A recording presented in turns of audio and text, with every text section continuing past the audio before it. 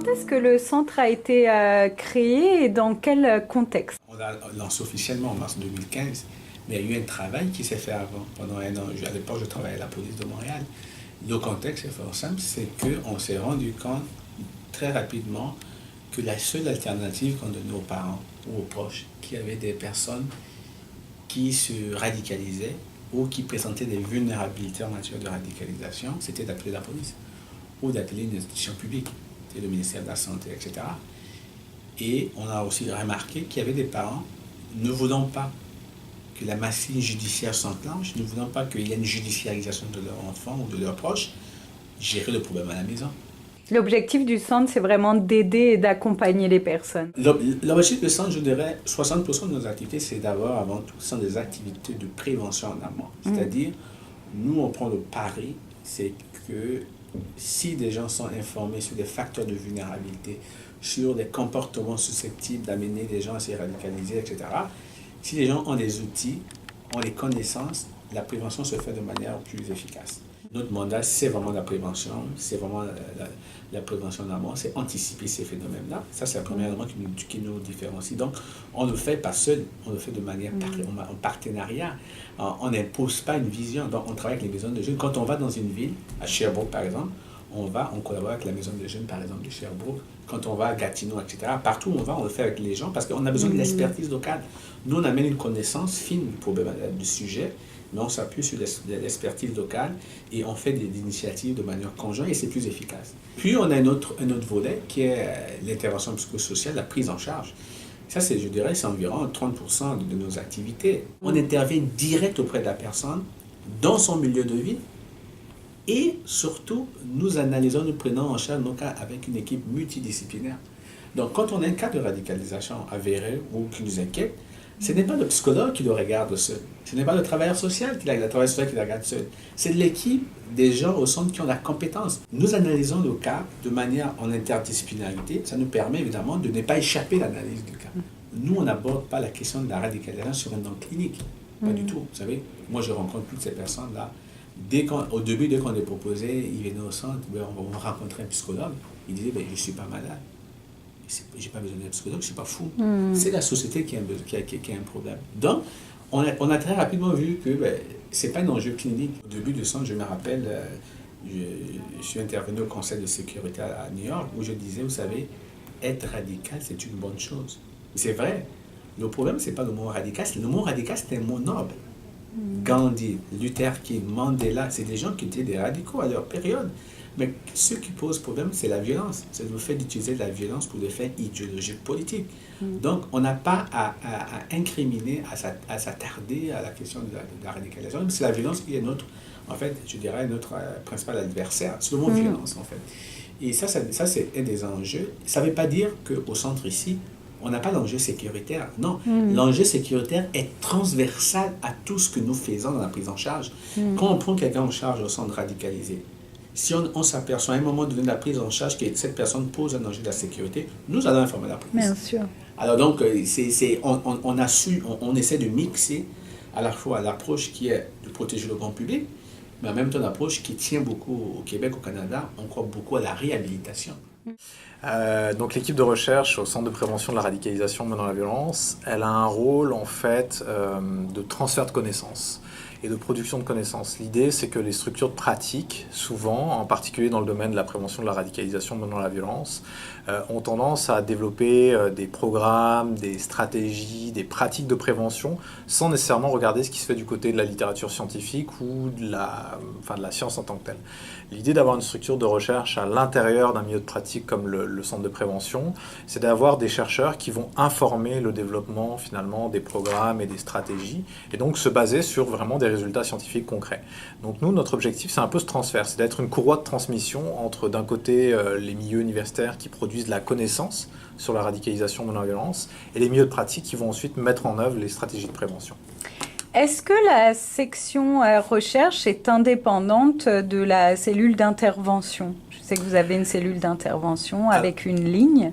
Alors l'équipe de recherche, elle travaille finalement en partenariat et en concertation avec les autres équipes du centre. On est une des 4 équipes qui existent à l'intérieur du centre et finalement on est en lien constant avec ces autres équipes. Par exemple, l'équipe de formation qui va aller former les professionnels sur le terrain a besoin de développer des contenus sur la radicalisation. Qu'est-ce que c'est? Comment on peut la reconnaître? Comment on peut intervenir face à des situations? Toute cette connaissance-là, finalement, la recherche vient la développer au service de la formation. Inversement, l'équipe d'intervention peut rencontrer des situations particulières de radicalisation et a parfois besoin d'un éclairage un petit peu plus expert sur, par exemple, un discours d'extrême droite, un discours djihadiste, le remettre en contexte. Là, l'équipe de recherche va être capable d'amener cette expertise-là au niveau de l'intervention. On va prendre un exemple, peut-être si, par exemple, l'équipe d'intervention a un appel sur un groupuscule qui paraît violent et qu'elle ne connaît pas. Comment ça va se passer en termes de... En termes très concrets, c'est-à-dire que l'intervention a toujours évidemment une forme de confidentialité où, encore une fois, l'équipe de recherche ne va pas rencontrer nécessairement les gens qui font appel à l'intervention, mais l'intervention peut par contre faire appel à nous justement pour avoir un éclairage. Donc une personne par exemple dont on apprend qu'elle est peut-être attirée par un groupe Facebook d'extrême droite au Québec et que l'intervention n'a jamais connu ou vu ce groupe Facebook-là, va peut-être se tourner du coup vers l'équipe de recherche pour savoir si nous, on a déjà eu connaissance de ce groupe-là, est-ce qu'on l'a documenté, quelles sont ses activités, quels sont son discours. Et à partir de cette connaissance-là, ça permet de mieux évaluer finalement si la personne pour laquelle on a été contacté, il y a un vrai risque ou au contraire c'est un groupe relativement bénin, pas tellement connu, avec pas trop de propos violents ou extrémistes. Donc ça permet de relativiser, ça permet aussi d'avoir un meilleur jugement et une meilleure évaluation sur les situations. Et quel type de radicalisation vous prenez en charge à l'intérieur du centre? Alors au centre, on entend radicalisation menant à la violence au sens large, c'est-à-dire qu'on part du principe que la radicalisation n'est pas mauvaise en soi, c'est la radicalisation qui bascule dans l'extrémisme, donc dans une forme d'extrémisation de la pensée, qui elle pose le risque de dérive violente. Et donc, je veux dire, les formes d'extrémisation de la pensée avec des risques de dérive violente sont multiples. Elles peuvent être fondées sur des croyances religieuses, elles peuvent être fondées sur des croyances politiques, elles peuvent être fondées sur des différents types de croyances idéologiques, de droite, de gauche, poussées encore une fois dans les extrêmes. On ne dit pas que d'être d'extrême gauche ou d'extrême droite, c'est mauvais en soi. On dit juste que poussé dans les extrêmes, on a un risque à un moment donné de passage à la violence parce que la personne qui est dans cette dynamique-là s'en vient à binariser le monde, à déshumaniser, à avoir une vision assez paranoïaque, complotiste, binaire, etc., qui ouvre la porte finalement à des possibles passages violents. Votre centre est très connu au niveau international. J'ai pu remarquer qu'en Belgique ou en France, quelques personnes s'interrogent sur la possibilité de monter un centre équivalent dans d'autres contextes. Est-ce que vous pensez que le centre de prévention de la radicalisation menant à la violence par rapport à ses objectifs aujourd'hui, ses actions au sein du Québec peut être transférable ou est-ce que vous voyez vraiment des différences de contexte ? Le centre, en fait, s'est créé vraiment sur un modèle organique. C'est-à-dire qu'il n'y avait pas de plan de match au départ sur la manière dont le centre allait structurer. Il est vraiment né à la fois de ce qu'on a observé au niveau international, des meilleures pratiques qu'on a voulu reprendre, mais aussi d'une adaptation au contexte local. Et donc, du coup, le centre à Montréal est à l'image du Québec, du contexte dans lequel il opère. Ce qui fait qu'en termes de modèle, il y a un certain nombre d'éléments, je pense, qui sont universels et qui peuvent être repris à l'étranger sur des manières de faire. Mais il y a aussi tout un tas d'éléments, des programmes qu'on a qui sont très contextuels à notre milieu. Je prends un exemple, par exemple, le fait qu'on soit un organisme à but non lucratif qui est complètement indépendant de la police et des services gouvernementaux, que ce soit services sociaux, système de santé, etc. Ça marche relativement bien dans le système québécois dans la mesure où il y a d'autres modèles. Par exemple, on a des modèles de prévention des violences sexuelles qui existent. Il y a des centres de prévention des agressions sexuelles qui sont totalement des OBNL. Donc ce modèle-là, au Québec, c'est relativement naturel. Est-ce que ça serait pour autant naturel dans des pays qui n'ont pas nécessairement des ONG ou des associations qui travaillent dans le domaine de l'intervention sociale? Encore une fois, c'est en fonction du contexte. Je pense que les éléments peuvent être reproduits, mais adaptés à chaque contexte. Qu'est-ce qu'on appelle des acteurs de prévention? Auprès de qui, par exemple, vous pouvez faire des formations? Quel type de public? C'est les milieux scolaires, les milieux communautaires, les services policiers, services correctionnels, des entreprises privées, des organisations publiques. L'idée, en fait, c'est d'être la deuxième ligne pour les personnes qui sont sur le terrain, qui sont en contact avec les personnes pour qu'ils comprennent de quoi on parle quand on parle de radicalisation, puis aussi de quoi on ne parle pas. Donc, briser un peu les amalgames, puis de leur donner des outils concrets. Justement, je sais que vous avez développé ici un outil assez innovant, Alvéole, que vous utilisez en prévention. Est-ce que c'est possible juste d'en dire 2-3 mots, d'expliquer qu'est-ce que c'est qu'Alvéole, comment ça marche? Alvéole, c'est un outil pédagogique, en fait, qui a été développé à la base avec Child Soldier Initiative, qui est un organisme aussi qui est basé avec l'Université d'Alousie à Halifax, avec l'intention de vulgariser encore davantage certains outils qu'on avait, le baromètre des comportements, que j'imagine tu connais déjà, et le processus de la radicalisation menant à la violence. On voulait quelque chose de plus user-friendly, entre guillemets, et d'encore plus simple, d'encore plus malléable pour que les gens soient à même de comprendre des situations qui sont complexes, mais de façon simple, et aussi d'être capable d'avoir quelque chose qui peut être évolutif, donc qui est très collé à la réalité de d'une situation de radicalisation. C'est un outil qui permet de voir le contexte de la personne, puis d'identifier si elle est en zone de risque ou pas, c'est ça? C'est un peu ça l'idée, en fait. Donc, c'est d'avoir un consensus avec des équipes multidisciplinaires lorsqu'on regarde une situation, puis qu'on puisse travailler en complémentarité avec les différentes informations qu'on peut avoir avec la personne qui est au milieu, donc avec au cœur la personne, pour être capable d'avoir une vision plus claire de la situation. Parce que dans l'approche plus traditionnelle, les milieux vont regarder les comportements qui sont à risque, donc préoccupants, inquiétants, alarmants dans le baromètre, puis les facteurs de vulnérabilité. Alors que dans la réalité, cette personne-là, elle n'est pas uniquement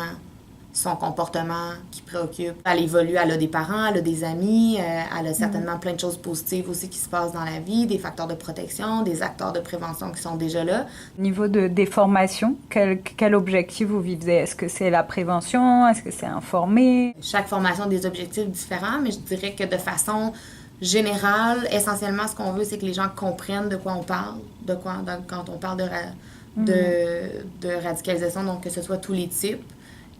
On veut qu'ils soient capables de reconnaître les facteurs de protection, les facteurs de vulnérabilité, qu'ils comprennent le processus aussi, qu'ils soient capables de reconnaître les comportements qui peuvent indiquer qu'une personne est à risque ou est en situation de radicalisation, puis d'être capable d'intervenir, je dirais, à un premier niveau, dans le sens où on ne veut pas former les gens pour qu'ils deviennent des intervenants comme ceux qu'on a ici, mais plus que de savoir, c'est quoi un peu les grandes posture d'intervention, ne pas stigmatiser, ne pas confronter la personne, ne pas tomber dans le stéréotype, vraiment plus aller agir avec bienveillance, on n'est pas dans une approche policière, donc tout ça, c'est les objectifs un peu. Puis j'ai vu que dans vos formations, vous faites intervenir, j'ai eu la chance de participer à une formation, puis vous faites intervenir des personnes anciennement radicalisées ou en tout cas qui apportent leur témoignage.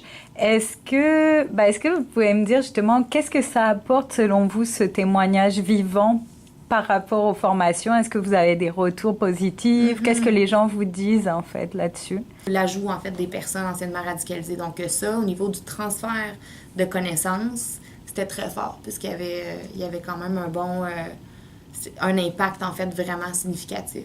Qu'une personne qui est formée, qui est accompagnée là-dedans, donc on ne prend pas n'importe quel... Oui, c'est ce que j'allais vous demander aussi. Vous avez un processus de sélection évidemment de ces personnes-là, il faut le rappeler. Je ne dirais pas sélection, mais je dirais qu'on a un processus rigoureux où on accompagne les personnes qui font ça. Il n'y en a pas 50 non plus. Qu'est-ce qu'on appelle l'engagement communautaire au Québec? Alors, notre travail, c'est surtout faire toutes les activités qui sont avec la prévention primaire, c'est-à-dire les ateliers, les campagnes de sensibilisation, et on peut aller rencontrer la communauté, la jeunesse, pour identifier c'est quoi les meilleurs projets qu'on pourrait faire avec eux et pour eux, et ensuite mobiliser toute l'équipe pour pouvoir accomplir les objectifs des choses qu'on va rencontrer sur le terrain. Et la prévention primaire auprès des jeunes, vous la faites donc à la fois dans les écoles, les associations? Oui. Alors, on va rencontrer des jeunes dans les écoles, dans les associations jeunesse, dans les maisons de jeunes, et on va aller dans différents quartiers ici à Montréal et qu'on un peu ailleurs au Québec. Et l'idée, c'est un peu comme aller et rencontrer les gens sur le terrain. Pas attendre que les gens vont venir, mais à l'inverse, on va se déplacer sur le terrain. C'est vraiment ce qu'on appelle de la prévention primaire, c'est-à-dire c'est pas des jeunes à risque ou des jeunes identifiés, c'est tout type de public. Oui. Est-ce que vous pouvez nous présenter, parce que je vois les affiches derrière de la campagne Et si j'avais tort? Je sais que c'est un de vos gros projets cette année qui a été lancé en septembre dernier. Est-ce que vous pouvez simplement présenter ce que c'est, qu'est-ce que ça comprend, quel est l'objectif de ce programme? Oui. Alors, c'est une campagne de sensibilisation. C'est une campagne qui a pris à peu près 1 an pour son développement. Et on a engagé 17 stagiaires de différents âges, entre 13 et 24 ans. Et l'idée, c'était un peu de réfléchir par rapport à une campagne de sensibilisation qui pourra arriver à toucher la jeunesse entre 13 et 35 ans. Et l'idée de cette campagne de sensibilisation, c'est vraiment adresser des sujets très spécifiques par rapport à les choses qu'on a découvert aussi au centre, qui sont les bases, comme les bases et les grassroots de la radicalisation. Ouais, les fondements. Les fondements. Alors, on a 5 thématiques qui sont derrière moi. Ouais. Alors, à partir de ces 5 thématiques, on va développer différentes activités pour engager justement la jeunesse, pour parler sur ces sujets. Oui, je vais lire justement les panneaux, parce que je ne sais pas si on voit bien. Donc, il y a « Ça ne me regarde pas »,« Nous contre eux », et si j'avais tort, je n'ai pas ma place ici. Ouais. Ils sont tous pareils. Et puis, un même discours pour tous. Oui. Alors, je prends juste peut-être 2 exemples pour que vous expliquiez. Si on dit nous contre eux, en quoi ça a rapport avec la radicalisation? Alors, c'est très important de parler de nous contre eux parce que c'est l'opposition. C'est l'opposition soit des 2 groupes, de cette idéologie. On est toujours en train de parler. C'est nous qui on se bat contre quelqu'un d'autre. C'est les noirs et les blancs, mais jamais il y a des gris ou des autres couleurs. C'est vraiment comme les 2 oppositions. Les nous contre eux, ça se trouve dans tout.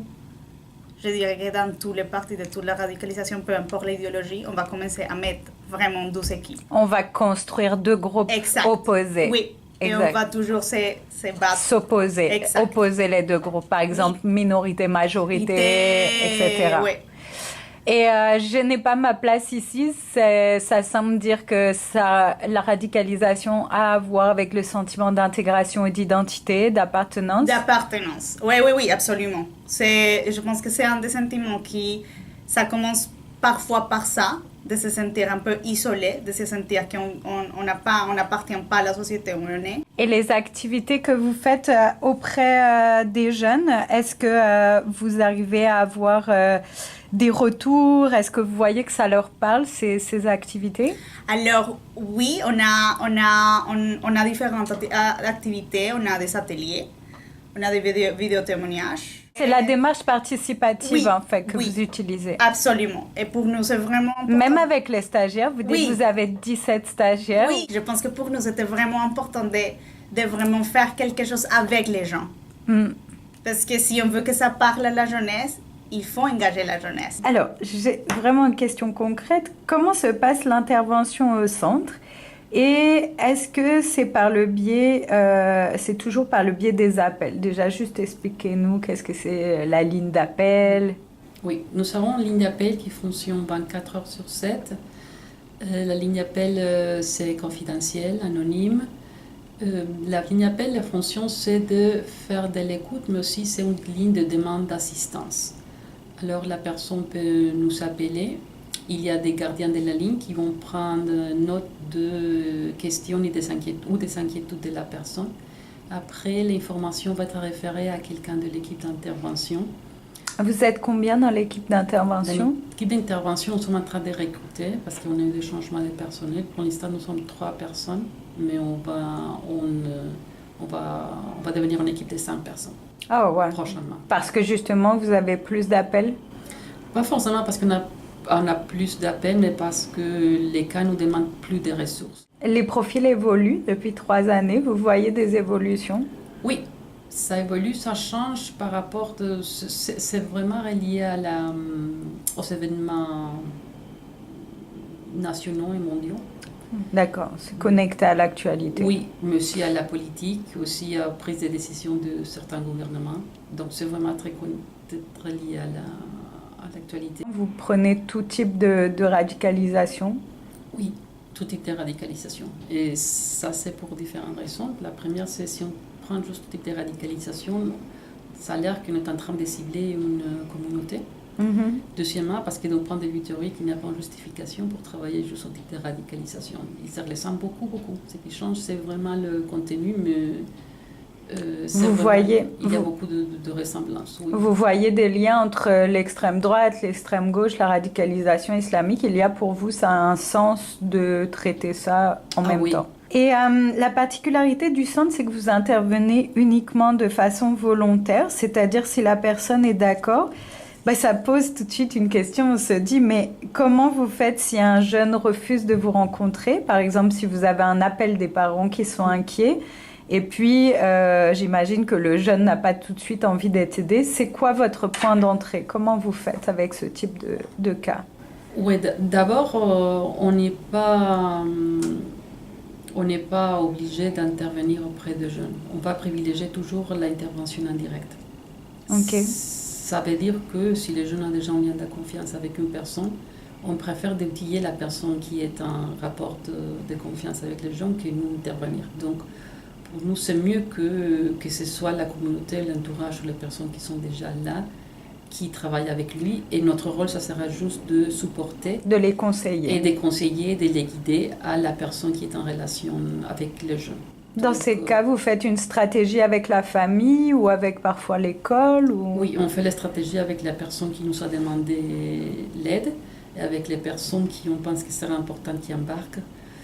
Et oui, on le fait comme ça et on essaie d'intervenir directement les mois possibles. Ah d'accord. Donc, vous travaillez beaucoup avec tout ce qui est l'entourage. Vous avez... est-ce que vous pouvez donner des exemples de leviers d'action que vous pouvez avoir auprès d'un jeune comme ça?